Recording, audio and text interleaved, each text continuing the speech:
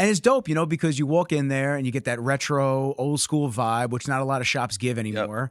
You know, it's either the super Russian shops that you see where it just feels like an assembly line, or like a hood shop. Yeah, man, you get a hood shop, or you get like some random salon, like in the corner of a salon that they're just renting out a little bit of space. And I think all of them have their place and purpose. And doesn't mean that you're going to get a bad cut. It's just different vibes for different people. Some of those hood shops, you never get a fade like that in your life. Never, you know what I mean? never. Yeah. So you start looking around at your shop specifically, and you go, oh shit, like the vibes, the page, like it all. There's something about like, before even opening up the shop, like that traditional old school like men's grooming parlor, where like a spot where like men would go. You know, someone said something the other day. It's called they brought up your third place, and they said back in the day, you know about this? I heard it on TikTok. Yeah, third place was the community. Exactly, and like back in the day, you'd have a spot you would go, whether it's the bar or the barbershop or you know whatever, your pool hall, whatever it was that you were into. But like your third place, like you had home, you had work, and then your third place, and I'd give you that sense of community and like that space to go when like you need to like you know step away from reality and stuff. And the barbershop used to always be that, you know, and it was different back in the day. Like back in the day, you went to the barbershop for everything, like you know what I mean.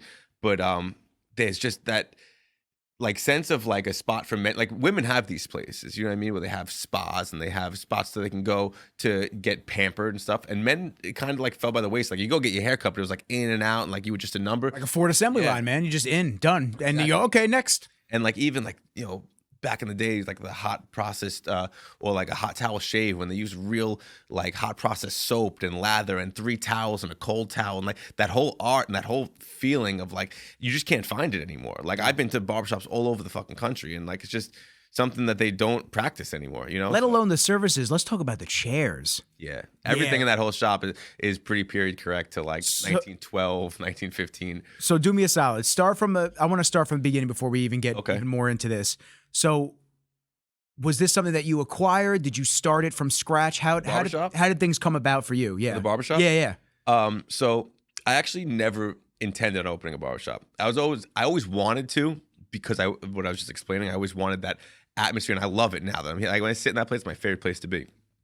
But I have an e-commerce business where I could work from my phone from anywhere in the world, and brick and mortar is dead, and like, you know, all those things are the reasons why you wouldn't want to start something with like I have no employees, like, you know what I mean? Like all the good things that I had going, the barbershop went against all that. So it was always a desire, but never, I always knew like fundamentally it's not the right thing to do. So I always pushed away from it. I had opportunities to do it before. And what happened was I had my head barber now, Kevin.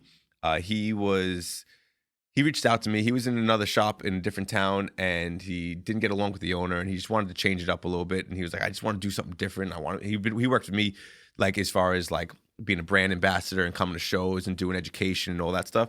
So he's like, I want to do something with you guys. And I was like, all right, cool. I was like, maybe I could set you up where like one day a week you can come and we could do some haircuts out of the warehouse, and we could do some education, make some media, and kind of have fun with it that way.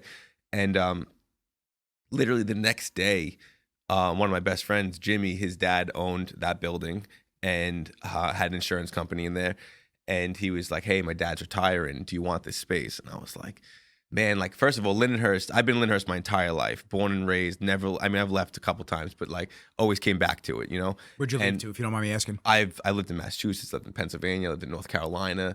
That's pretty much all the places I've lived. And always the favorite places to come home? Yeah, I mean, I'm like a super family man. So like I'll never leave my family, especially my mother, you know what I mean? Like I hold her down. She's my rock. Can understand that. Same here. So I would never leave her. Honestly, if I didn't have a tight family, I would be like living on the road. You know what I mean? Like, nomad style? Yeah, 100%. But I just can't leave her. I won't. I refuse to. Yeah. So you're saying the building? Yeah. So I was like, shit, man. I was like, I want the building. I didn't care if I was putting a smoothie joint in there and put some people in and keep moving